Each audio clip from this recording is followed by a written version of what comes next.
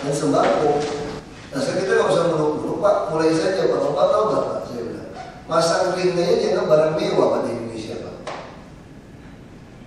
Kalau obat jantung, alat kesehatan, obat-obat semua jangan barang mewah. Itu cabut dulu kasih tahu Menteri Keuangan, pas ada Wakil Menteri Keuangan. Shock mereka kan, kita langsung nyerang begitu aja. Depan gubernur-gubernur yang lain, saya langsung nyerang begitu. Wah tadi saya terus panggil Menteri. Mereka bilang apa? Mana ada pajak pertambahan barang mewah untuk alat kesehatan? Kacau aja dia. Masa saya mau ini yang ngomong dari rumah sakit jantung loh. Saya bilang gitu, saya juga ada datang. Dia ngotot. Nah saya juga mau minta pertemuan. Dia ngotot. Nah, ya sudah, kalau ada ngotot saya bilang kita udah ketemu deh. Biar kita selesaikan. Dia mau kirim dirjennya. Sampai sekarang hukumnya nggak bisa, ini kacauan. Nah saya pikir gini Pak, kalau memang nggak bisa, ya kita makan kue aja Pak, nama berat badan kita. Biasa kalau berat badan saya udah hari Kamis sudah mulai normal Pak, sudah mulai turun di bawah 89. Kalau 89, kalau Sabtu Minggu naik lagi bisa 92 plus lagi, benar turun lagi. Ya mungkin kalau memang beliau tidak datang, keberatan ya Bapak Ibu, kita bikin surat bersama, kita kirim kepada Menteri Keuangan, kita minta komponen ini dicabut, tembuskan ke Pak Hatta Rajasa. Dari kita Pak Gubernur bikin surat, kita siapkan verbalnya, Bapak kita sebutkan barang apa yang harus kita cabut dia punya pajak sebagai barang mewah ini.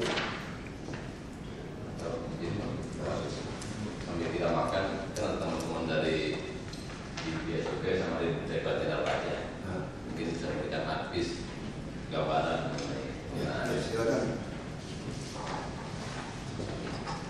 Ini jadi pajak untuk menyampaikan dari Direktorat Jenderal Pajak Pak, kami perwakilan dari Direktorat Jenderal Pajak, kami dari Direktorat Peraturan Perpajakan 1 yang mendapat perintah untuk menghadiri. Oh Bapak yang datang? Iya. Jadi yang lain, kalau itu udah lengkap begitu? Iya Pak. Baik Pak. Jadi mungkin kita bisa langsung mulai saja Pak. Baik. Jadi sebagaimana atas undangan yang kami terima bahwa pada siang hari ini kita akan membahas mengenai pajak, di sini disebut sebagai pajak pertambahan barang mewah Pak. Nah, kami perlu sampaikan beberapa hal Pak sebagai klarifikasi sebetulnya untuk meluruskan atau untuk supaya kita lebih jelas mengenai permasalahannya. Yang pertama adalah bahwa sesuai dengan ketentuan perundang-undangan yang ada itu ada dua Pak, yaitu pajak pertambahan nilai dan pajak penjualan atas barang mewah. Nah ini yang perlu kita sama-sama klarifikasi dulu yang mana yang akan kita bahas hari ini. Nah, untuk pajak pertambahan nilai dan pajak penjualan atas barang mewah diatur berdasarkan Undang-Undang Nomor 42 Tahun 2009. Dan secara luas sampai dengan saat ini penerapan untuk pajak pertambahan nilai dan pajak penjualan atas barang mewah tidak ada perubahan, gitu Pak. Nah, kemudian kalau kita langsung masuk kepada tadi disebutkan bahwa untuk peralatan kesehatan, gitu Pak. Jadi perlu kami klarifikasi bahwa memang betul bahwa barang-barang untuk alat-alat kesehatan memang tidak pernah kita kenakan pajak penjualan atas barang mewah. Karena apa? Karena memang dalam undang-undang prinsipnya pajak penjualan atas barang mewah itu dikenakan kepada, di sini kalau boleh saya kutipkan dari undang-undang. Yang dimaksud dengan barang kena pajak yang tergolong mewah adalah barang yang bukan merupakan kebutuhan pokok. Ini yang pertama. Yang kedua adalah barang yang dikonsumsi oleh masyarakat tertentu. Yang ketiga adalah barang yang pada umumnya dikonsumsi oleh masyarakat berpenghasilan tinggi dan atau barang yang dikonsumsi untuk menunjukkan status. Jadi kalau kita lihat secara umum barang kena pajak yang dikategorikan sebagai barang mewah itu mungkin Bapak-Bapak Ibu bisa lihat yang paling mudah kita lihat adalah mobil. Itu memang dikenakan pajak penjualan atas barang mewah. Kemudian barang-barang lainnya adalah barang-barang elektronik. Barang-barang elektronik ini juga tidak semua. Untuk TV yang kita kenakan pajak penjualan atas barang mewah adalah untuk TV yang besarnya adalah di atas 42 inch. Dan itu semua ada daftarnya, ditentukan dalam keputusan Menteri Keuangan. Nah, kembali ke untuk barang-barang kesehatan tadi, kami sudah melihat Pak ke dalam daftar yang sesuai dengan keputusan Menteri Keuangan bahwa untuk barang-barang kesehatan tadi memang tidak ada yang dikenakan pajak penjualan atas barang mewah. Nah, ini mungkin klarifikasi dari kami seperti itu. Terima kasih. Coba, maka ini yang selisih di situ Pak, mesti jelaskan. Iya. Terima kasih. Assalamualaikum warahmatullahi wabarakatuh. Detail sebuah pajak rumah sakit jantung mungkin tidak bisa memberi informasi. Sebenarnya saya juga usul sama Pak Wagub untuk mengundang Gerkeslah dan Pinfar Ya. Farmasi. Tetapi saya di grassroots Pak, banyak alat-alat ya yang harganya 2 kali atau lebih tinggi 30-40% dibandingkan harga di Malaysia. Sebagai contoh yang paling ekstrim itu terjadi pada tahun 2004-2006. Harga satu stem itu di Malaysia yang drug eluting stent. Drug eluting stent itu ring yang dibungkus sama obat. Itu kira-kira harganya 12 atau 13 juta, di Indonesia 26 juta. Dan kenapa saya mungkin ini pajak? Karena di sana itu ada Mahathir program, zero tax, Mahathir program.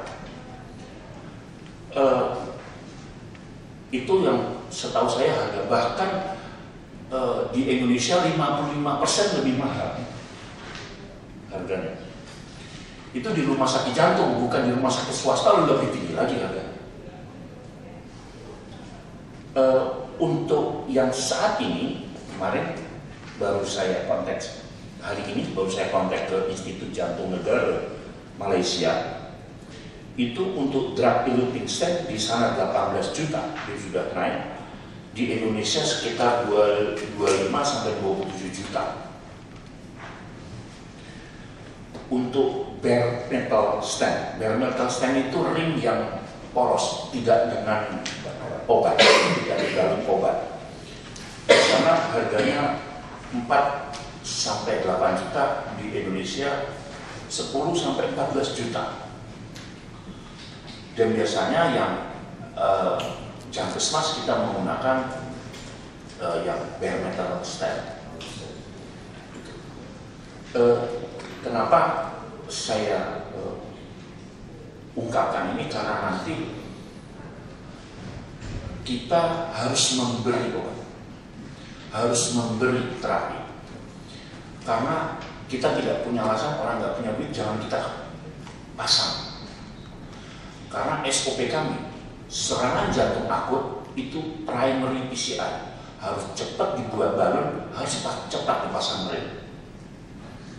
Sehingga saya juga ada cat lab di emergency, sehingga begitu masuk itu hanya 20 meter langsung saya pasang. Dan saya nggak boleh. Kalau dulu mungkin 10-12 tahun lalu ada uang nggak? Kalau nggak ada konservatif masih bisa begitu. Kalau sekarang perintah Kemkes nggak bisa.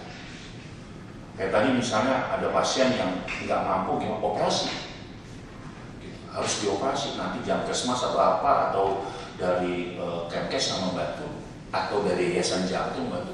Sekarang harus diberikan, harus dibantu. Nah ini yang menjadi concern kami, khususnya menghadapi BPJS 2014 karena ini masif nanti. Nah saya juga tidak tahu tarif inasi bijis itu juga, karena jujur inasi bijis itu yang bikin orang Malaysia, Dr. Syed itu. Enggak Pak, kalau soal inasi bijis, nanti kita sampaikan Pak, itu kita udah sadar itu terlalu murah. Ya. Makanya kan kita bilang inasi bijis, kenapa kita mau coba? Jangan sampai BPJS nanti 2014 berantakan. Kita membuat kami rela Jakarta, tanda kutip, ikut aturan itu Pak. Sebetulnya kami nggak butuh askes Pak, jujur aja Pak. Kami jalanin sendiri Jankesnya. Di Jakarta Pak, kita punya uang. Ngapain kita pusing? Tuh ikutin. Tapi kalau kita nggak mau jadi relawan untuk membuktikan bahwa inasi bijis Mustar itu ngaco, hitungannya ngaco.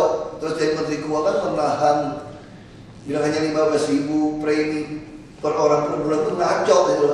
Ini dasar itu nggak benar. Kalau kan 50.000, 60.000 bisa kita hitung ya secara normal gitu ya. Nah ini kan harus ada pembuktian. Kalau tanpa kita buktikan ini, kita tidak ada datanya gitu loh Bu. Nah kalau kita udah jalankan, kita berdebat sama Menteri Kesehatan oke sama kita, bisa Menteri Keuangan kita debat, ini ada data. Ini loh, ada klinik Materinya ada, hitungannya ada, kenapa seperti ini, kenapa ini serius nggak bisa. Nah, sekarang hari ini kita fokus Pak. Persoalannya adalah dari Kementerian Keuangan ngotot tidak ada pajak barang mewah atas alat kesehatan Pak. Artinya berarti ada penipuan di sini, mesti lapor polisi kita. Kalau beliau ngotot berarti ada pemain-pemain barang ini yang menciptakan faktor palsu. Berarti begitu loh Pak kesimpulan saya sore ini Pak.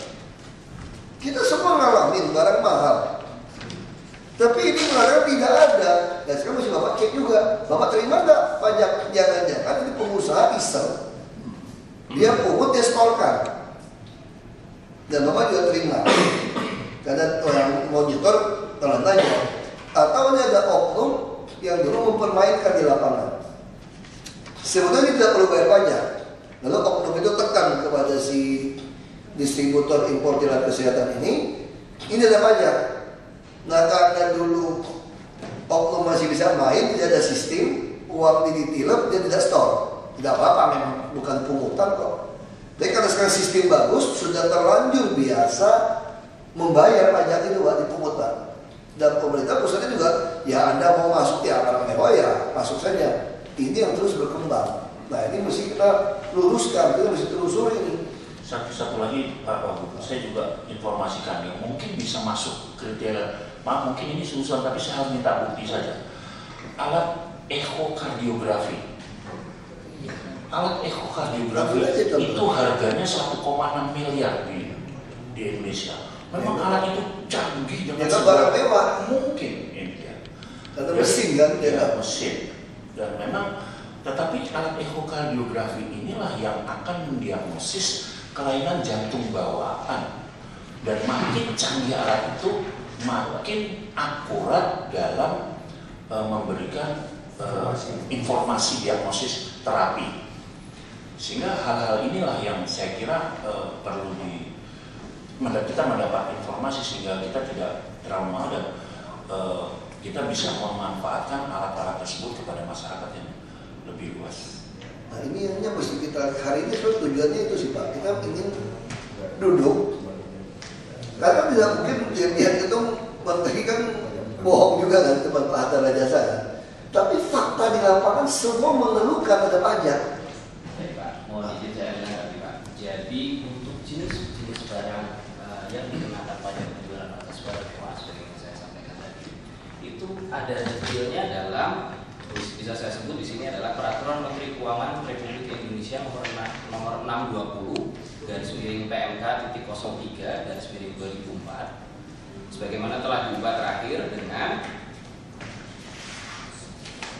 Peraturan Menteri Keuangan nomor 103/PMK.03/2009 yang mencantumkan seluruh jenis barang yang dikenakan pajak penjualan atas barang mewah. Dan perlu diketahui bersama bahwa barang-barang seperti itu adalah barang impor. Betul ya Pak ya? Semuanya impor. Kita nggak bisa produksi. Betul. Dan untuk bisa barang tersebut masuk ke dalam dalam wilayah keluarga kita, ada pintunya teman-teman kami di Bea Cukai. Teman-teman kami lah yang di situ yang mengecek apakah barang-barang tersebut dikenakan pajak penjualan atas barang mewah atau tidak. Dan ini semua setiap jenis barang di sini ada namanya kodenya Pak, ada nomor HS-nya, nomor harmonized system, di mana tidak mungkin ada barang yang salah karena semuanya ada detailnya di sini. Mungkin itu yang perlu kami sampaikan. Nah, berarti kalau itu tidak mungkin orang menyetor tanpa kode rekening yang dijual dan tanpa kode barang kan? Ya. Artinya masih di store. Nah kalau ini masih benar Pak, artinya persepsi Bapak di Dirjen Pajak menurut yang salah sama orang kesehatan. Saya pikir mungkin tidak demikian Pak. Persepsinya Pak, Iya. artinya kan seperti misalnya EKG tadi kan. Iya. Eko ya. USG. Yang alat itu Iya. artinya menurut Bapak ini barang mewah.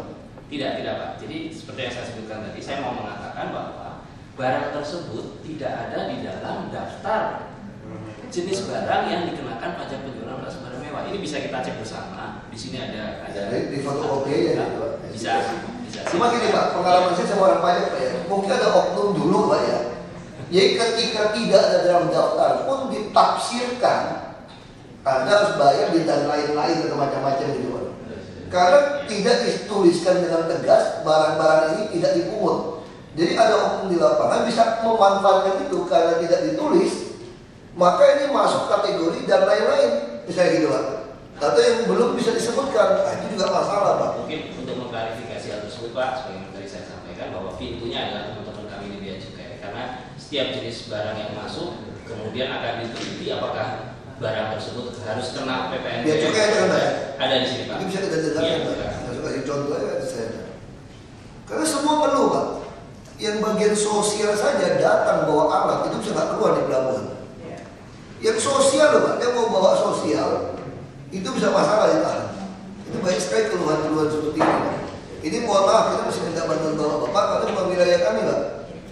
Kalau kami kantor di Merdeka Utara gampang sekali Pak, kita periksa Pak. Kita bisa bantukan itu. Oke, saya tanya dulu Pak. Nama saya Dita Kursianto. Saya dari Direktorat Teknis Pelayanan di Dirjen Bea Cukai. Mungkin kami tidak menjelaskan sedikit terkait informasi barang. Sebetulnya kalau impor barang, karena memang kita untuk barang-barang impor ya, karena memang banyak barang-barang yang lebih tinggi seperti itu, dengan rata-rata memang impor. Itu memang ada prosedur ya. Artinya ada prosedur yang harus dimiliki oleh importer pada saat dia melakukan importasi. Yang kedua, atas barang impor tersebut memang dikenakan tarif bea masuk. Artinya bisa dari 0 atau 5, kemudian PPN dan PPH.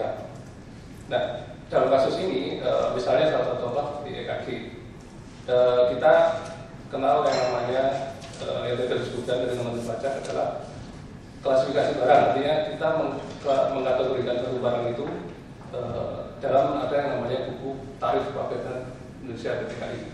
Nah, di situ akan disebutkan untuk misalnya semua barang ya. Mudah-mudahan semua barang itu ada di situ. Nah, khusus untuk EKG memang di state tersendiri ada sendiri elektrokardiograf itu dia memang dikenakan tarif bea masuk itu 5%. Dan PPN 10% untuk PPH itu kalau dia punya API itu berarti 2,5% dan tidak ada PPNBM. Jadi kalau si importer menggunakan kode HS itu pasti tarifnya akan itu tadi yang saya sebutkan 5% untuk yang masuk, kemudian 10% untuk PPN dan 2,5% untuk PPH dan tanpa PPNBM. Jadi memang tidak ada pengenaan pajak jualan atas barang mewah untuk dari elektronik. Jadi itu ada cuma di artinya sebelum impor memang importer akan mendeklarasikan barang yang lebih dahulu berdasarkan kode HS itu. Jadi memang tidak ada pengenaan PPN di situ. Dan untuk importasi, skema importasi itu memang untuk kepentingan umum itu ada juga skema pembebasan atau keringanan biaya masuk. Itu juga ada. Itu diatur di pasal 25 dan 26 Undang-Undang KPU. Jadi mungkin memang ada ketidakpahaman terkait importasi ini. Artinya kalau kita mengetahui itu sebetulnya sangat mudah untuk menghitung berapa sih pengenaan pajaknya. Karena memang pengenaan pajak yang masuk tadi itu berdasarkan nilai CIF dari barangnya. CIF itu berarti nilai cost incurred freight ya. Jadi katakanlah misalnya barang itu kita beli di luar negeri seharga 10 juta seperti itu. Berarti pengenaan pajaknya bisa ketahuan. Dengan penambahan biaya transportnya, asuransinya, baru itu kita melakukan perhitungan yang masuk PPN dan PPH, PPNBM jika ada. Jadi memang yang tinggi itu hanya setahu saya itu hanya kalau kita impor ambulan memang 40% masih. Tapi PPNBM tidak ada. Memang di kendaraan bermotor itu memang tinggi, rata-rata tinggi. Cuma itu. Tapi kalau yang lain, misalnya mungkin saya kasih contoh. Pen itu, pen jantung, ring segala itu ada perbedaan juga tinggi ya. Ini mungkin saya kasih contoh produk farmasi. Misalnya untuk obat, kemudian untuk asap pembalut dan sebagainya itu rata-rata 0-5%. Jadi biaya masuknya. Dan tidak ada PPNBM, benar, tidak ada semua barang yang masuk untuk pulang dari sini, tidak ada PPNBM tidak ada. Kemudian misalnya contohnya film Sinapix juga itu 5%. Kemudian kamera untuk pulang medis juga 5%. Kemudian instrumen dan peralatan yang digunakan dalam ilmu medis, bedah, peralatan gigi, kedokteran hewan, termasuk aparatus dan grafis.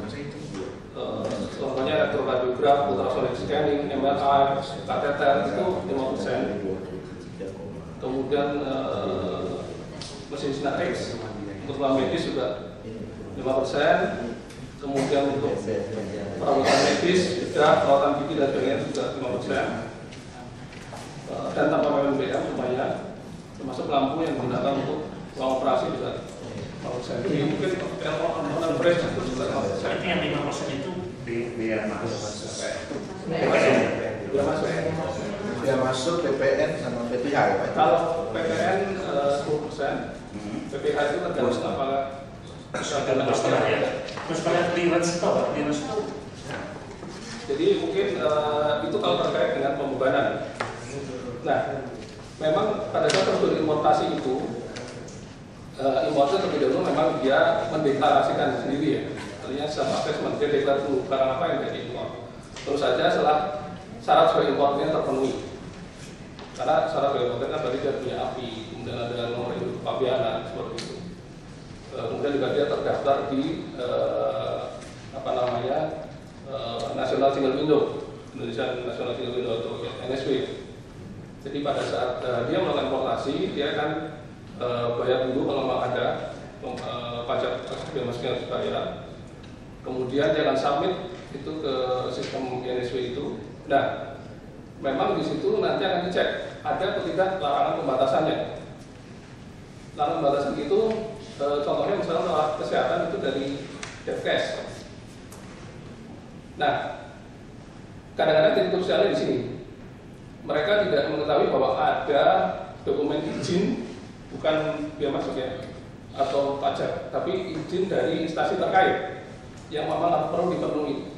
Jadi begitu masuk, mereka tidak melampirkan itu dalam artinya pada saat di sistem ternyata HS ini membutuhkan izin dari instansi lain, tidak ada, otomatis akan kita dicek. By sistem dicek. Ada kemungkinan karena dicek itu dan artinya berarti dia harus memenuhi dulu kan persyaratan itu. Nah itu kan terlalu lama pelabuhan itu biasanya seperti itu. Kosnya di situ biasanya. Jadi karena mereka tidak prepare di awal, pada saat mereka submit dokumen dan butuh karena kan larangan pembatasan tidak bisa dilakukan pembayaran. Artinya gini, kalau biaya masuk ada bayar selesai. Tapi kalau lantas, misalnya kita impor petasan, kok tidak ada izin dari Polri, nggak akan keluar barang itu, berapapun ada bayar seperti itu. Jadi ada kemudian di situ, jadi importer tidak mengantisipasi itu. Artinya berarti barang itu kan tidak akan lama tertunda. Dan proses perizinan saya tidak tahu di instansi memang persyaratan izin itu bagaimana. Sehingga mungkin itu yang bisa membuat harganya menjadi tinggi. Tapi kalau misalnya mereka sudah berkecukupan, sebenarnya mudah sekali bisa dilihat biaya yang dikeluarkan terkait pembayaran biaya masuk, pajak dan sebagainya itu sangat mudah bisa diketahui dari awal. Tapi karena hal tadi biasanya yang menyebabkan barang itu akan misalnya contohnya bisa hibah lagi. Kadang-kadang banyak yang bertanya kita kok hibah kok sulit keluarnya. Karena ada aturan sendiri terkait hibah. Nah, misalnya ada grant certificate dan sebagainya yang memang diatur di peraturan Menteri Keuangan. Kalau memang tidak ada, barang itu memang tidak bisa keluar. Seperti itu. Atau mungkin kalau ada barang bekas, berarti dia perlu izin dari perdagangan. Kalau barang itu sampai di sini baru diurus, itu masih lama. Seperti itu. Kalau ada, karena ini terkait dengan atas, biasanya alasnya. Ini yang membuat makanya kita menggunakan sistem NSW itu supaya dalam tanda kutip kita tidak salahin. Karena semua transparan kelihatan, termasuk bagian sapi itu kelihatan. Oh ya dokumen ceknya kenapa? Dokumen apa yang memang perlu disalahkan seperti itu. Jadi artinya bisa ditelusuri lah masalahnya itu seperti apa sih? Karena kalau sudah terpenuhi semuanya itu tidak akan lama baru akan dilakukan namanya clearance di mungkin itu benar dengan sangat singkatnya. Nah, mungkin ada masih. Maaf saya tanya, ada nggak item khusus yang lebih spesifik, misalnya kalau kateter tadi? Ini apa?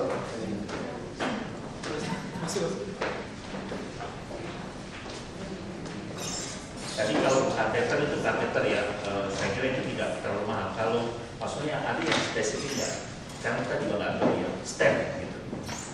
Apakah diklasifikasikan lebih spesifik gitu untuk biaya masuk? Karena kalau kateter itu jujur harganya nggak begitu mahal. Kira-kira cuma di bawah 1 juta. Itu kalau kateternya, karena itu hanya seperti selang kecil.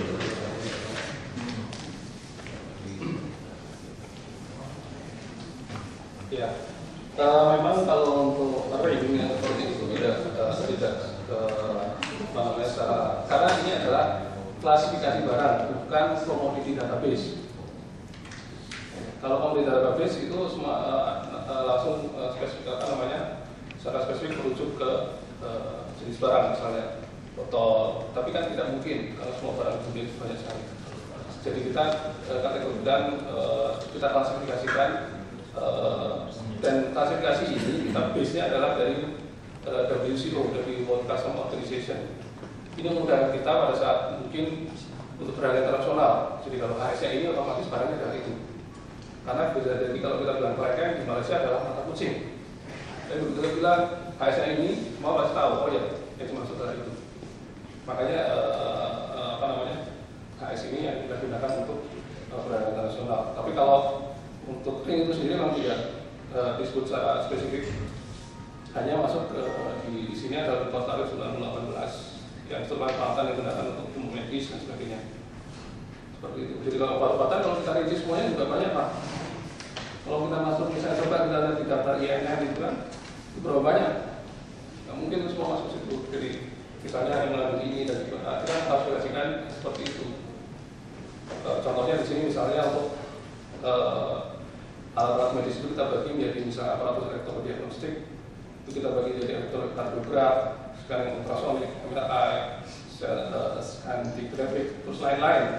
Berarti kalau ada barang lain yang masuk aparatus elektrodiagnostik yang bukan ini, bukan elektrokardiograf, aparatus scanning, terus penggambar resonansi magnetik atau MRI, atau scintigraphic itu berarti masuk ke lain-lain. Itu bagian kalau di HX itu. Dan kebetulan di sini memang 5% semua. Jadi jangan nanti sekarang medis kok dimasukkan ke misalnya ring, kok mentang-mentang ring dari besi dia masukkan ke barang lain dari besi, itu mahal. Barang besi. Tapi kalau masuknya ke yang memang betul. Mungkin Pak, mungkin ini kan datang dari kawan-kawan dari Kementerian Kesehatan ya. Ya, Pak, portalnya dibuat Pak. Ini bisa jelaskan tadi. Jadi soal kalau kita bilang bicara ini soal administrasi ini yang masalah sebetulnya. Jadi terlalu banyak birokrasi, mungkin ayo importin nggak mau pusing, tembak saja. Biro jasa yang urus.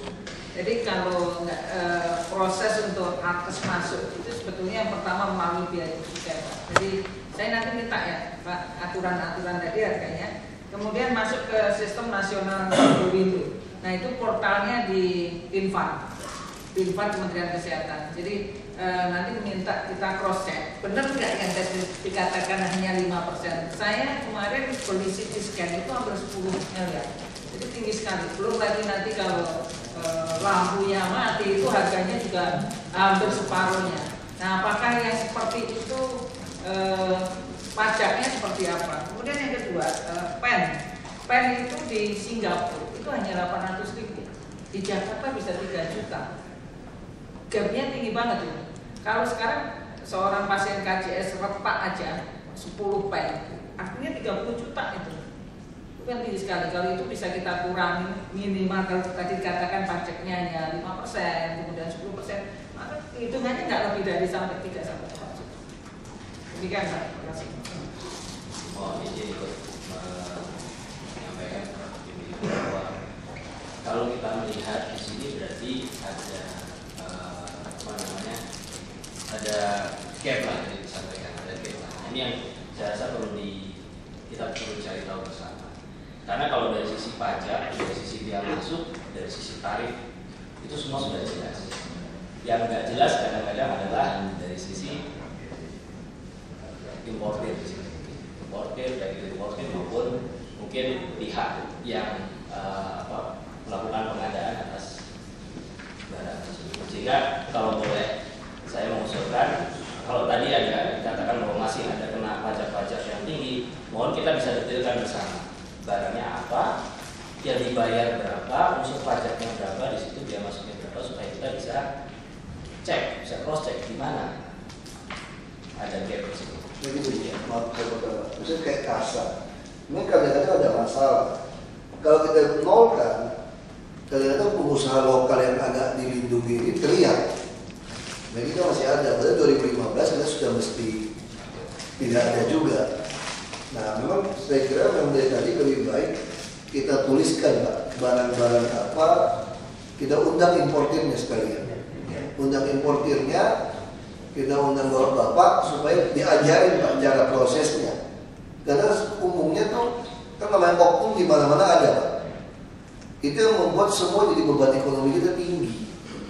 Kita maksud saya untuk kesehatan ya kita bantulah. Misalnya biaya cukai dari Kementerian Keuangan ya bantu. Anda kalau masukkan ini kami bantu nol, bila perlu ya dinolkan. Jadi tidak ada lagi proses yang macam-macam. Yang dinolkan aja. Kecuali Anda masukin narkoba itu beda. Nanti begitu ketemu barang ini ya masuk saja. Nah itu yang kita harapkan seperti itu. Kalau begitu ada birokrasi yang seperti tadi biaya cukai baik. Kami semua transparan. Ya Anda harus dapatkan surat ini. Begitu surat ini karena bagi pengusaha kan waktu ngurus itu kan uang Pak. Sama seperti tadi baru saya bicara sama tata ruang saya, kami mau rubah pergubnya. Jadi kenapa ada pergub seperti ini? Karena ada properti. Itu ada gini Pak, ada surat izin pembebasan lahan itu Pak. SIP 3L Pak. Terus kalau surat izin pembangunan itu SPPD itu syaratnya 6 bulan setelah SP3L ini baru boleh keluar SPPD. Ini aturan Pak. Lalu apa yang dilakukan dari pengembang? Dia nggak mau tahu Pak. Dia sikat aja Pak. Kalau mau dagang cepat, ngapain tunggu 6 bulan? Ya hajar aja tanpa SP3L. Ya. Kalau melanggar tanpa itu turun gimana? Denda, biarin denda. karena dendanya masih lebih murah daripada keuntungan properti.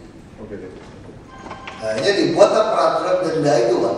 Kadang-kadang pesanan pengusaha juga tidak buat peraturan ini, supaya dia tidak cerah. Ya, Pak.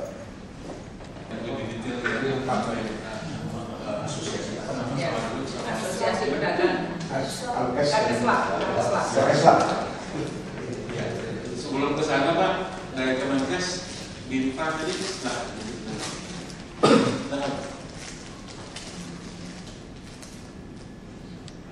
Baik, terima kasih Pak. Tapi sebelumnya kami mohon maaf karena kami baru menerima undangannya sangat mendadak sekali dan tadi juga ada pertemuan yang lain sehingga terpaksa kami terlambat untuk menghadiri pertemuan ini.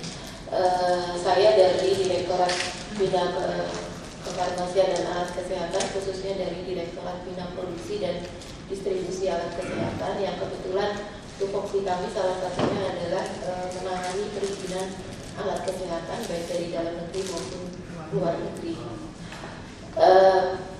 Jadi untuk mungkin saya bisa sedikit sampaikan gambaran mengenai birokrasi yang ada di Kementerian Kesehatan terkait dengan bagaimana suatu alat kesehatan itu bisa beredar. Di kami, jadi ada alat kesehatan dalam negeri dan alat kesehatan luar negeri. Di sini karena terkait dengan biaya masuk, jadi hanya yang luar negeri aja saya rasa yang perlu dibahas. Nah, untuk produk luar negeri itu saat ini kami bekerja sama dengan National Single Window yang dikelola oleh Menko Equin ya Pak ya. Iya, biasanya sih koordinasi dengan keuangan, tapi tidak, NSW itu integrated, tidak sepenuhnya hanya dengan keuangan. Di situ kami support data alat-alat kesehatan apa saja yang sudah terdaftar di kami. Nah, di dalam surat izin yang kami terbitkan itu, di situ sudah kami sebutkan siapa yang importir yang mengadili, dan saat ini kami menerapkan sistem karena itu terkait dengan pengawasan. Jadi hanya untuk satu produk itu hanya satu importir yang bisa untuk mengimpor, jadi keagenan tunggal. Nah, kemudian data-data itu terkait juga dengan tadi yang disebutkan mengenai HS code, karena ada sistem nanti HS code juga berkaitan dengan penetapan biaya masuk. Nah, kami menyisir dari PTKI yang diterbitkan oleh Kementerian Keuangan. Di situ kami tetapkan tiap produk ini masuk di HS code mana, karena sudah sesuai. Nah, masalah penetapan angka ininya, angka pajaknya berapa, itu sepenuhnya adalah kebijakan dari Kementerian Keuangan. Jadi kami hanya menyesuaikan saja ini masuk di HS code mana. Nah, semua data itu kami support ke portalnya NSW. Jadi bukan kami mempunyai portal, tetapi portal itu ada di bawah websitenya INSW. Kami support data ke situ. Nanti dari berdasarkan data-data itulah dari Bea Cukai bisa mengeluarkan izin suatu barang bisa untuk masuk. Seperti itu Pak prosesnya yang ada di kami.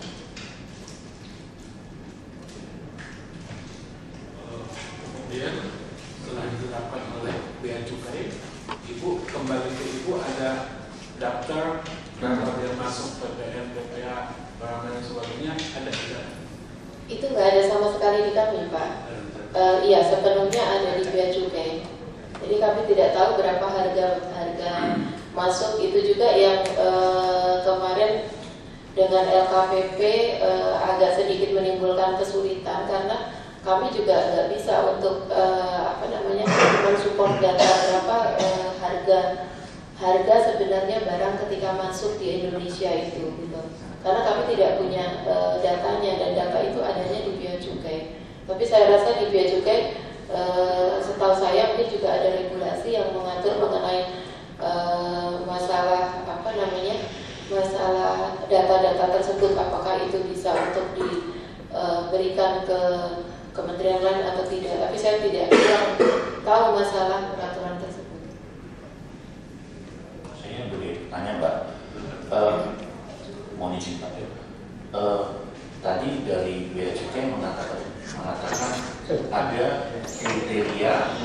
item yang ada di bea cukai, tapi ada juga yang lain dan lain-lain. Kalau saya lihat tadi yang kriteria itemnya kan ada seperti MRI, CT scan, USG, misalnya. Apakah stent itu juga masuk di item yang diinformasikan ke teman-teman bea cukai atau masuk dan lain-lain? Jadi kriteria masuk dan lain-lain sama kriteria masuk dalam item yang tertulis spesifik itu ada nggak? Sehingga kita bisa lebih jelas mendapatkan informasi dari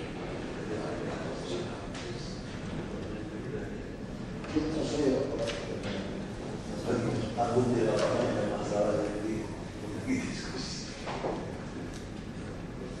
Ya, silakan.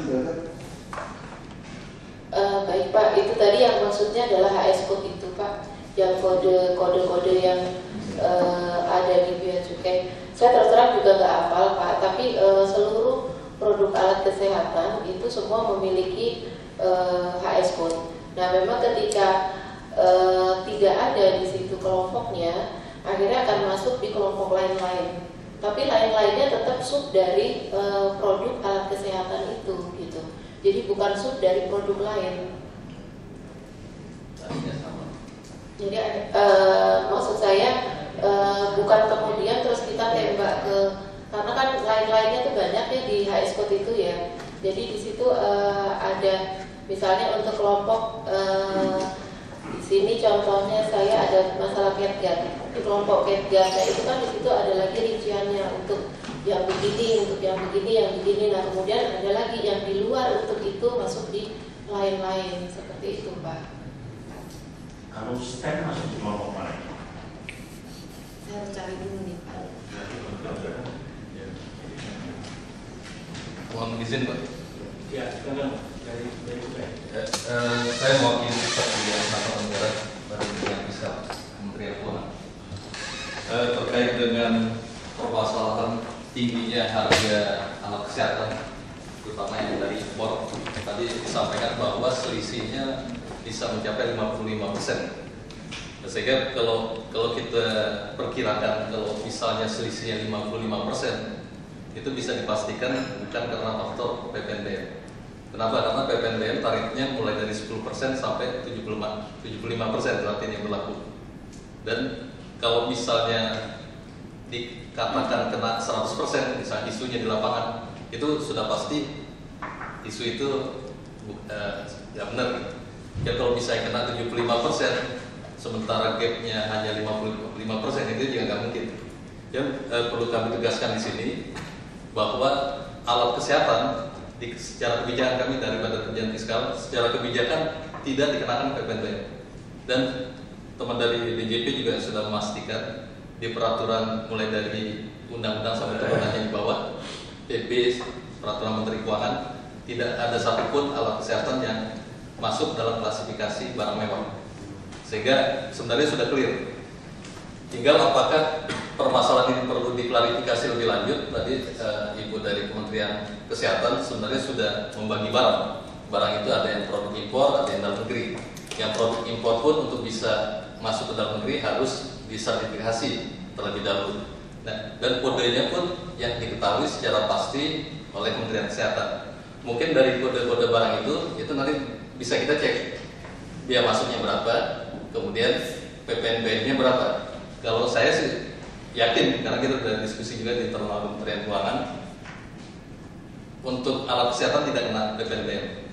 Sehingga kalau terjadi tinggi itu pasti saya bisa pastikan bukan karena PPNBM.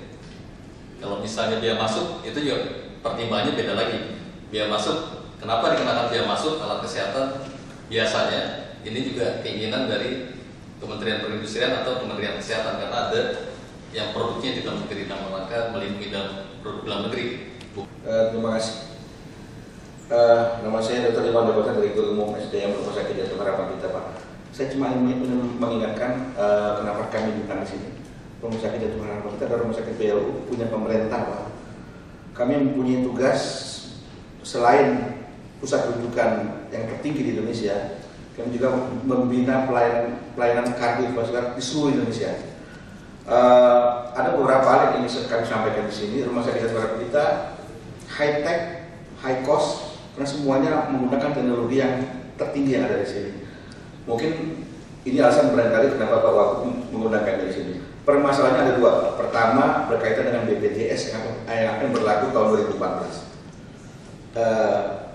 Jadi kalau dan juga KJS yang sekarang kita mulai.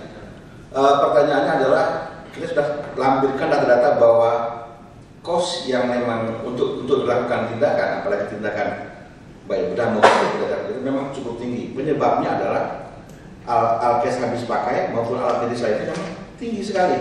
Kita komparasi dengan beberapa harga di benchmark kita di katakanlah yang paling dekat Malaysia. Memang harganya memang dibandingkan 2006-2007 dibanding sama sekarang. Kalau 2006 memang hampir beda 50% juga. Mungkin sekarang hanya sekitar 30%. Pertanyaannya adalah bahwa kita ingin semua dapat menurunkan cost ini Pak. Salah satunya caranya adalah bagaimana mungkin kalau dimungkinkan program Mahathir yang dikerjakan di Malaysia memberikan tax 0%. Jadi mereka benar-benar 0. Nah, yang kedua, ini ada kebijakan pemerintah Pak. Pak SBY sudah mencanangkan namanya health tourism di Indonesia.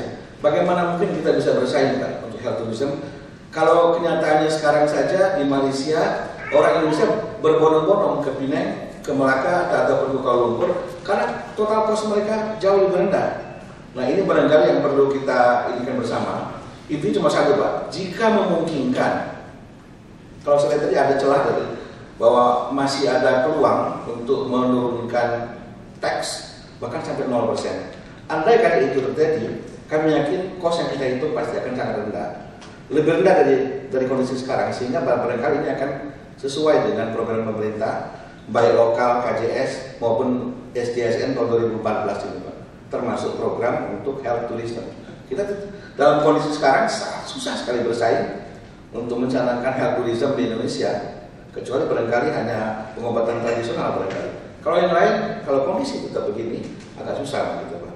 Nah barangkali ada solusi dari pihak, walaupun barangkali saya bisa klarifikasi, mungkin bukan PPNTM, tapi mungkin pajak-pajak yang lain. Kalau saya totalnya ada sekitar 17,5% Pak. Memungkinkan itu dibuat zero tax seperti yang dilakukan di Malaysia. Terima kasih. Saya boleh komentar. Terima kasih Bapak Pimpinan. Jadi tadi saya mendengar sendiri. Jadi permasalahannya bukan PPNTM, Pak, bukan PPNTM. Karena PPNTM itu tarifnya 0 sampai 10 sampai 75% dan nggak mungkin kalau gapnya hanya 55%. Ya kita sebenarnya agak khawatir Pak, permasalahan tingginya besarnya pajak ini gapnya antara dalam negeri dan di Malaysia.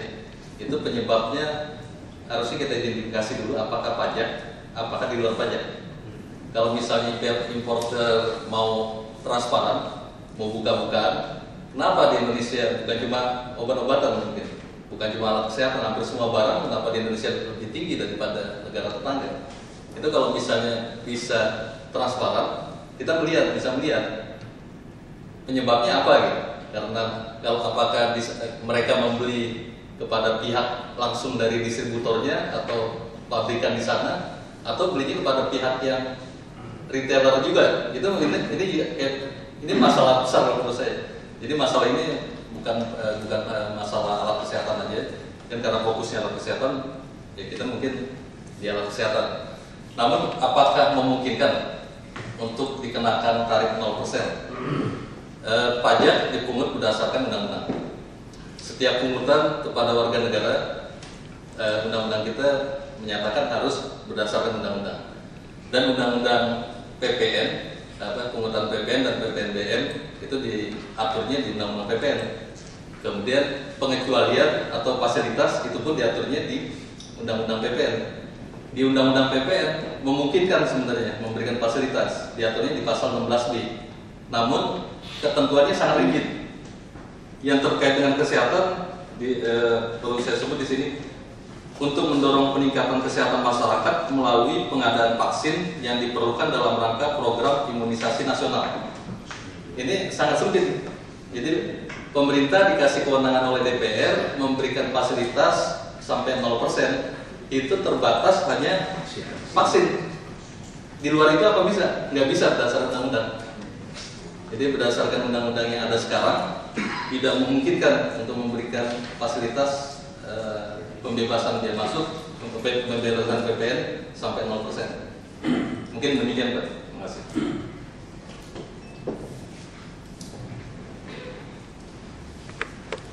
Urusan-urusan itu mesti lewat ada orang yang punya jalur baru cepat. Kalau kita yang jalanin Pak masih lambat. Dan biaya cukai nggak berubah terlalu banyak, tapi yang menurunkan biaya cukai juga masih cukup tinggi juga Pak sampai hari ini Pak. Kalau kita mau bicara jujur gitu Pak ya, cukup tinggi juga kalau kita bicara dengan teman-teman. Jadi DPR itu 2,5 tahun Pak. Jadi kita, ya saya tahu lah perusahaan nasional seperti apa, kondisi keuangan, kondisi kawan-kawan di DPR seperti apa, tanda bintang semua dan nilainya. Jadi KPK baru minta saya waktu untuk diskusi sama mereka untuk buat peraturan supaya tidak terjadi lagi hal-hal seperti ini. Kalau saya ke KPK tidak enak sama kawan-kawan di sana. Jadi mereka yang datang ke sini. Kita diskusikan, saya tahu lah semua, saya tahu terlalu banyak. Nah, saya masuk Jakarta juga tahu terlalu banyak. Karena saya ya 10 tahun Bang Yos, saya bantu dia 1 tahun.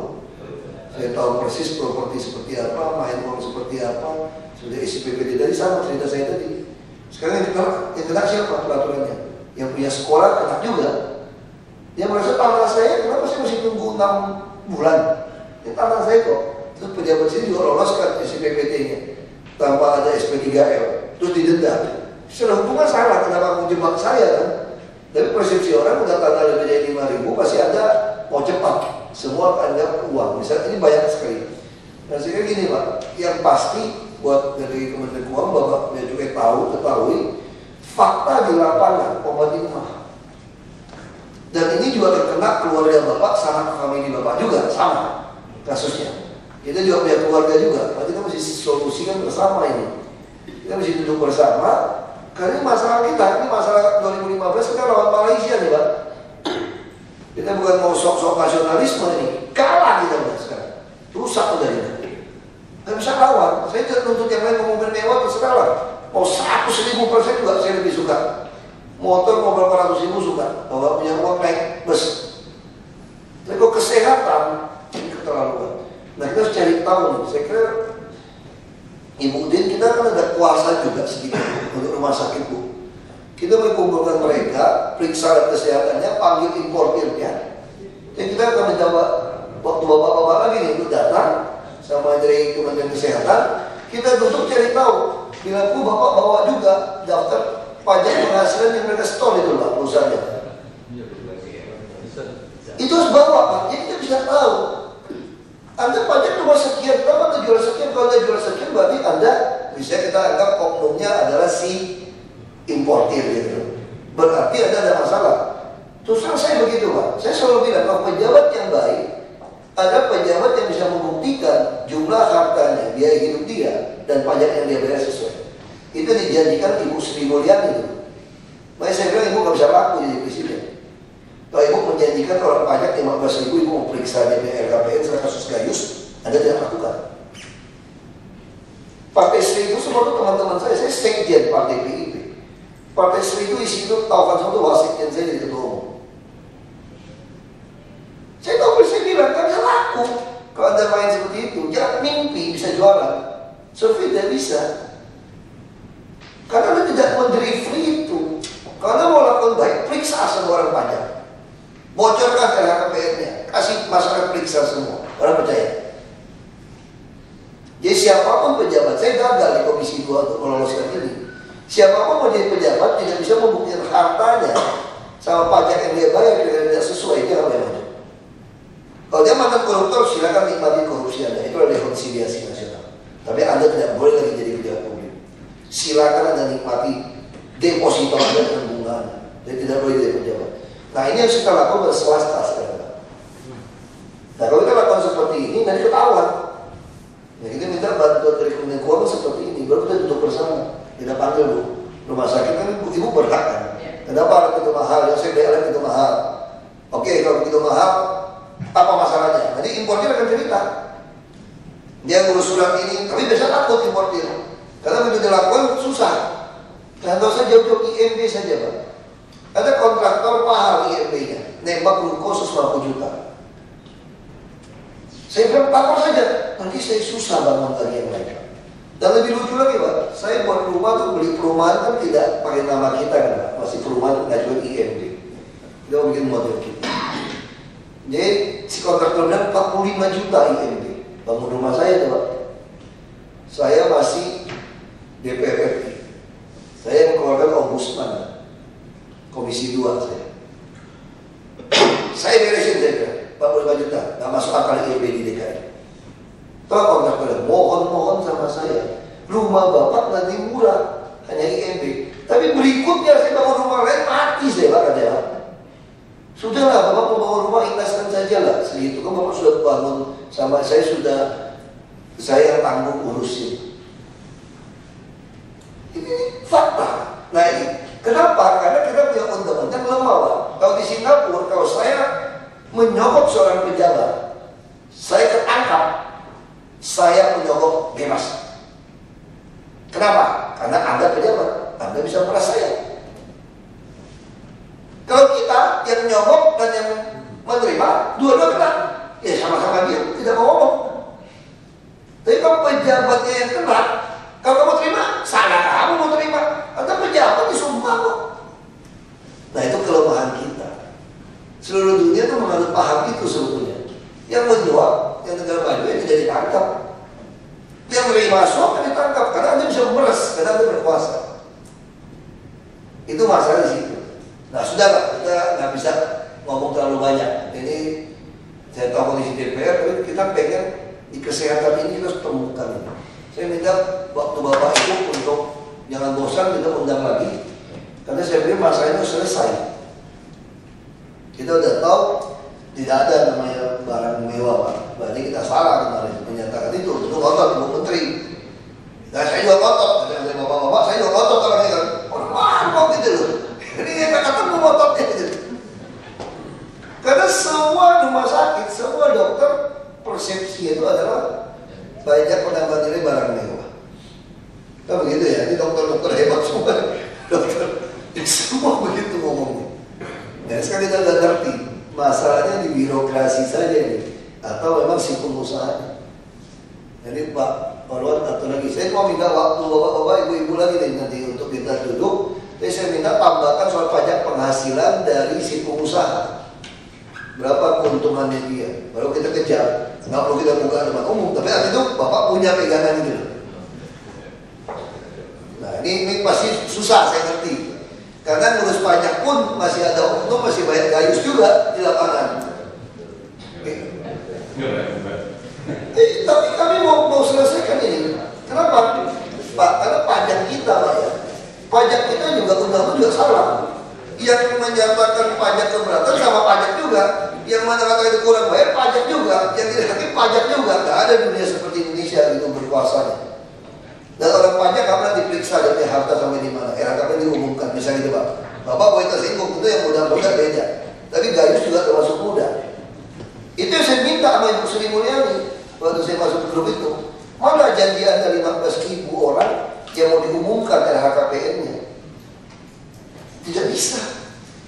Nah kalau itu diumumkan masyarakat lihat, oh Pak Suki tinggal di mana? Anda bayar berapa pajak Anda? Gaya hidup Anda berapa? Semua akan lihat, saya punya mobil apa? Semua masyarakat LSM mengejar saya. Nah saya buka. Penghasilan saya sekian, Anda boleh lihat. Saya buka semua. Ya anak saya sekolah mana saya tulis semua. Anda boleh kejar saya. Saya keluar negeri berapa kali Anda bisa. Nah ini akan mulai lihat. Ya kalau ini kami tidak selesai pun, ya kita tidak tahu lah. Kita nasib kami ini memang nasib bukan orang politik, ngelawan terus akhirnya jadi terus maju. Kalau kayak ini nggak beres Pak, saya kami ini mimpi kan pindah ke Merdeka Utara kantornya Pak. Untuk bereskan ini Pak, kita akan fight habis. Karena ini masalah dasar sekali buat negara ini. Saya masuk politik karena emosi sama pejabat, terus main kantor sampai ke sini hari ini. Jadi minimal lumayan menjadi Merdeka Selatan. Ke Merdeka Utara tinggal nyebrang Monas. Kira-kira kita bercanda sama teman-teman begitu. Kita udah muak situasi seperti ini. kesehatan terus gak ketemu, gak tahu salahnya siapa. Jadi semua hanya ngomong-ngomong saja. Sementara orang sakit setengah mati. Kalau dokter udah saya ancam, saya udah ketemu kantor pajak, dokter yang naikin mahal-mahal saya periksa pajak Anda. Oh marah-marah dokter sama saya. Kalau ada mau untung di kelas 3 saja, ribut juga sama saya. Itu tentang aja sebenarnya. Ini cuma saya minta tolong jangan ambil untung lagi kelas 3. Jangan pensos 50 dibilang 1,5 juta. Ada apa di rumah sakit tuh Pak? Saya tanya kenapa gitu mahal? Dokternya maksa. Lalu kamu bagaimana pajaknya? Itu yang kami bingung katanya. Dokter juga nggak mau tanda tangan yang jelas katanya. Kalau nggak mau dia nggak mau operasi katanya. Kecelakaan dulu. Gawat gak nih? Pajak di pen tahu murah katanya. Tapi kalau kamu dihargai 1 juta lebih dia nggak mau kerjain. Bingung rumah sakitnya. Terus coret kertas. Ini gimana? Ya masih nilai sini juga nyetel. Ini fakta negara kita seperti itu. Kalau kita semua bayar pajak benar nggak ada minjem duit lagi gitu Pak. Ya kan pajak juga gitu Pak, bisa sampai sini diatur-atur dulu. Saya dari kecil teman-teman orang pajak Pak. Nah ini memang bisa merembet ini. Saya nggak tahu nanti dari pajak gimana. Saya kan ngomong sama Menteri Keuangan dan Pak Harta dan Jasa bahwa untuk kesehatan ini mesti dicari terus akarnya dari mana. Ya kita minta waktu lagi Pak. Mungkin bisa kita tutup jalan. Ini sedikit Pak, ini bukan karena tersinggung Pak. Tapi saya mau ini saja Pak, bahwa mungkin fenomena alat-alat kesehatan ini menjadi mahal juga mungkin karena didukung oleh sekarang ini kan kesehatan sudah menjadi bisnis Pak. Bahwa sudah semakin banyaknya rumah sakit swasta ya, yang memberikan pelayanan yang lebih, but in return mereka akan menarik biaya yang lebih.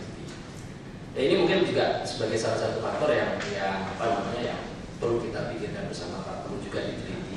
Jangan, karena kan mungkin begini, para supplier tadi, para vendor alat-alat kesehatan tadi kan juga selain memberikan pelayanan kepada rumah sakit pemerintah juga menjual kepada rumah sakit swasta yang pure memberikan bisnis. Ini yang mungkin perlu kita, artinya kita perlu fair lah di sini, jangan sampai bahwa tadi disampaikan bahwa kalau kita lihat dari sisi unsur-unsur yang ada dalam harga tersebut tidak bisa kita katakan bahwa pajak lah yang menjadi faktor yang utama di situ. Gitu Pak. Saya ngerti Pak. Itu masyarakat keluar juga di rumah sakit swasta Pak. Mereka juga mengeluhkan mahal karena kesehatan itu. Nah rata-rata orang sales importer ini ngomongnya gitu karena bayar pajaknya mahal kan gitu Pak. Dia yang ngurusnya mahal kan begitu. Kan begitu kan yang kita dengar kan begitu Pak. Saya kira gini aja Pak. Kalau begitu caranya siapkan BUMD kita jadi importer alat kesehatan. Siapkan aja udah, minta izin mereka. Yang menteri manapun tolak aja habis kita buka. Jadi kita kan import sendiri. Jadi kita tahu persis biaya ngurus netnya berapa, nyogoknya berapa. Kita ajak berantem aja Pak semua Pak, jujur aja Pak. Kita kan import sendiri. Yang mana suratnya, mana itunya kita umumkan, biaya cukai di mana, yang katanya semua transparan mana, berapa hari kita kejar SPM-nya semua. Kita importer. Ngomong-ngomong itu Pak. Nanti saya beli dari Bapak. Ya, kita importer aja. Kita siapkan PT kita aja. Kita punya banyak PT kan. Izinnya kapan? Bikin izin sama ibu aja kita atur izin. Kita impor sendiri kita tes. Karena susah. Ini nyangkutnya kalau banyak kan. Ini rezeki orang kalau banyak. Maka orang bilang saya bisa dibunuh orang karena selalu ganggu rezeki orang kan. Dari bawah pengembang kaki 5 sampai pengembang besar kan. Kita udah gak peduli Pak. Pak Gubernur udah bilang lebih kita polisi sebagai mayat. Daripada kita keluar nama kita rusak. Kita udah pegang itu teguh. Kita kalau keluar sini nggak berhasil rusak nama kita. Dan seluruh Indonesia runtuh katanya. Ini kata teman-teman saya, kata orang jujur juga gagal ternyata. Nah, kalau kita mati masih dapat nama Pak. Masih kadang ngelawan semua, walaupun orang nggak tahu siapa yang bunuh. Karena dari paling bawah sampai atas mau bunuh kamu katanya. Ya udah, itu aja udah kita udah kesel Pak ini. Udah ngaco nih sistemnya. Kita siapkan itu lah, Bapak siapkan. Jadi daftar listnya Bapak mau beli apa, kita import, kita suntik duit. Kemudian kita tes, kita rusak sistem permainan alkes sama obat-obat itu semua. India obatnya murah-murah gila Pak. Dari mana? Kita import India saja kok tidak ada biaya semua. India murah luar biasa. Kenapa kita tidak bisa? Ini Pak Iwan kan nasib ini gitu kan, berantem lagi sama PBF di sini. Sama importir obat Arkes. Gara-gara mau dapat jaminan kesehatan yang murah berdaya, berantem lagi. Karena ada yang ngurus, kementerian juga semua begitu. Kita ngerti kok kementerian seperti apa, ya begitulah. Udah begitu birokrasi udah terlalu susah ke bawah. Kita siapkan apa? Sampai kita panggil importir dulu. Panggil importir, kita dengarkan curhatnya mereka. Mungkin kalau bapak-bapak mereka takut, kita ketemu kita dulu rumah sakit, beli barangnya ibu panggil, cocokkan. Dia untung berapa, kenapa dia mahal, lalu bapak bandingkan harga luar negeri Pak. Kan kita punya nih Pak, tinggal cek di internet semua tahu kok Pak. Nah masuk berapa, kita hitung di Malaysia berapa. Bapak kontak rumah sakit Malaysia Pak, sama Singapura berapa. Kenapa dia murah? Barangnya berapa, dicocokkan harga Singapura. Dari sini ketahuan kita, dia yang mangkap apa karena birokrasi yang lain. Di biaya cukai yang susah, apa di menteri kesehatan yang susah. Jadi kita lihat di sini. Nanti kita udah ketemu, kita ajak lagi. Kalau pengusahanya nggak enak ketemu, ya memang susah pengusaha. Kita bisa cari tahu sih. Ini kayak film mafia ya Pak, cari akuntannya Pak. Betul Pak, itu jadi pejabat saya kayak mafia gitu Pak. Saya mesti bayar orang untuk teliti orang ini main bolos kemana semua, saya harus tahu Pak. Ya saya punya data itu Pak. PNS punya aliran dana kemana saya tahu. Bayar orang Pak, kayak swasta Pak. Ya saya tahu malam minggu dia kemana, Jumat kemana, karaoke mana, saya mau tahu. Kita cari kayak gitu aja dari setengah preman aja. Ini uang, ini bukti, ini senjata. Lo pilih mana? Kalau saya begitu. Dia mau ambil uang, ambil aja uang. Ini kita ada kuasa, senjata, mau pilih yang mana? Mau bocorin atau tidak? Kasar gitu udah, konyol udah ini negara gitu. Cuma gara-gara soal kesehatan, saya nggak mau ganggu yang lain gitu loh. Mau yang mobil, mau yang mana, mau kesehatan. Obat sama alat kesehatan. Supaya kita bisa lebih murah gitu. Semua orang kepenan. Kenapa kepenan? Lebih murah. Sampai semua. Mana bisa lebih murah? Mana ciptain sendiri. Ke Cina lebih murah. Kenapa? Pajaknya nggak ada semua. Berarti kalau ini pajak jelas masalah birokrasi. Atau kedua, si pengusaha yang bajingan untungnya gila-gilaan. Tapi bayar pajaknya biasa-biasa saja itu saya perusahaan mereka. Atas ini hanya harus ditangkap. Ya mohon maaf Pak, kadang-kadang kita lakukan tugas bukan di Merdeka Selatan punya tugas, Merdeka Utara punya tugas begini. Karena nyangkut. Ya kita haraplah biaya cukai mudah-mudah tapi kok bisa lebih baik. Sekarang udah lebih baik ya, keluar masih ada sih memang, tapi kita harap ya jauh lebih baik. Biaya cukai segala macam seperti apa. Ya saya kira itu sih. Ibu siapkan aja. Ya, kita panggil rumah sakit, panggil importirnya, kita tanya masalahnya apa. Masalah yang jantung kita panggil dulu kan, terus Bapak kasih list. Udah Pak, kalau importir ngotot sama kita, macam-macam sama kita saingin dia Pak. Nggak mungkin kita kalah sama pengusaha. Nggak ada rumusnya pemerintah kalah sama pengusaha. Selama kitanya nggak bisa disogok. Pengusaha cuma takut sama satu jenis pejabat yang tidak mau terima sogokan. Selebihnya nggak ada yang ditakutin. Kita ngomong jujur aja Pak. Selebihnya nggak ada yang ditakutin. Cuma itu yang ditakutin katanya. Nggak mau terima sogok. Kita hajar aja dulu. Kita siapkan PT itu, cari aja PT yang kita yang mana yang sejenis yang untuk bisnis ini. Pak Datur cari. Ya tantang itu importir. Kalau ada jauh kita import sendiri. Kita kerjain. Ibu siapin suratnya semua. Ya Bapak kasih data ya. Wah ini betul-betul menguakkan dan menjengkelkan ini kasus seperti ini. Kita udah betul-betul menguakkan. Orang sakit di dada. Gila ya orang itu semua. Sebagai informasi Pak, kita operasi bypass yang straightforward. Straightforward itu artinya kondisi pompa jantungnya bagus, 8 hari pulang. itu sudah dihitung detail oleh direktur medis saya, habisnya 66 juta. Di India bisa 30 juta.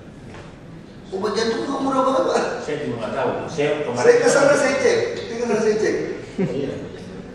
Obatnya murah juga kan, obat jantung murah berapa belas ribu aja katanya obat jantungnya. Itu mesti lapor tuh Bu ke Menteri Kesehatan, ya kan? Bu, bahwa situasi seperti ini tugas menteri seperti itu. Terima kasih Bapak Ibu. Mohon maaf atas kekesalan saya. Kalau saya nggak gitu saya kena stroke. Saya lebih baik kesal, saya keluarkan kesalnya saya. Karena jam saya terlalu padat dari pagi, semua masalah terus. Nah, kita ajak berantem terus ada semua orang. Dari pagi sampai malam ya begitu kerjanya. Karena nggak ada pilihan gitu. Itu makanya istiqlal 3 kali masuk ini.